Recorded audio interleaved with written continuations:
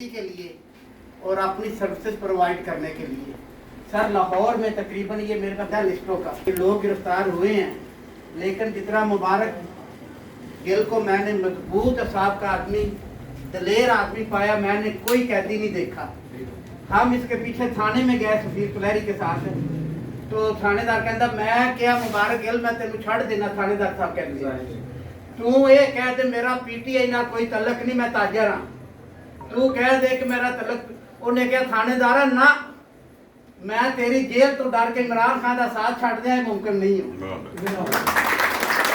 मैंने तो कल जेल मैं मुबारक गिल ने क्या मेरा सियासी अकीदा है, क्या मैं चंद दिन के हालात की वजह तो मैं अपना सियासी अकीदा छड़ दिया?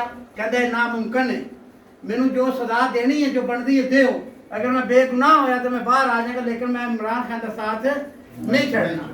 इस तो बाद मैं सियाम का भरा मुबीन उमर तालुब वगैरह असी इंसदाद दहशतगर्दी अदालत गए हैं, मुबारक गिल वास्ते स्ट्रगल की।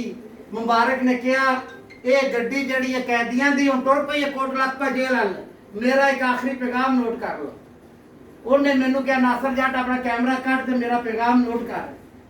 उन्हें जेल दी जेड़ी गड्डी है उसकी सलाखा तो अंदरों पैगाम दिता, बड़ा खूबसूरत उन्हें एक लफ्ज बोलिया, भाजी तुम पढ़ लिखे। उन्हें क्या आजादी रगड़े खादे बगैर नहीं मिलती, आजादी नहीं मिलती। ये जो उसका प्रेजेंट मैन से पैगाम था, ये उसी शाम इमरान खान के पास पहुंचा है और उसने इसको बहुत अप्रिशिएट किया। ठीक है।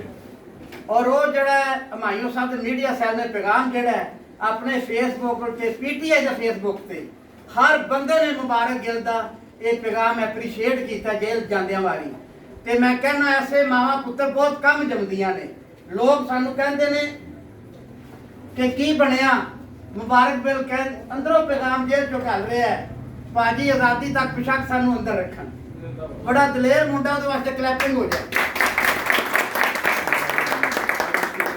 आई है वो जी, जेल से आई। इधर हवालात से उसने बब्बर शेर है यानी पीछे सरियां दे पीछे खड़ा कहंदा खिंचो मेरी तस्वीर, मैं इमरान खान दी खातिर जेल जा।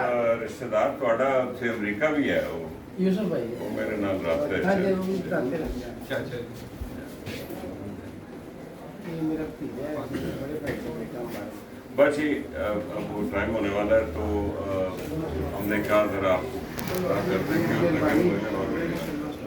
अल्लाह खैर करे निकल आएगा। आ जाएगा जी, दलेर बंदा है जी, मैंने देखा बहुत कम दलेर। ये टाइम होता है जब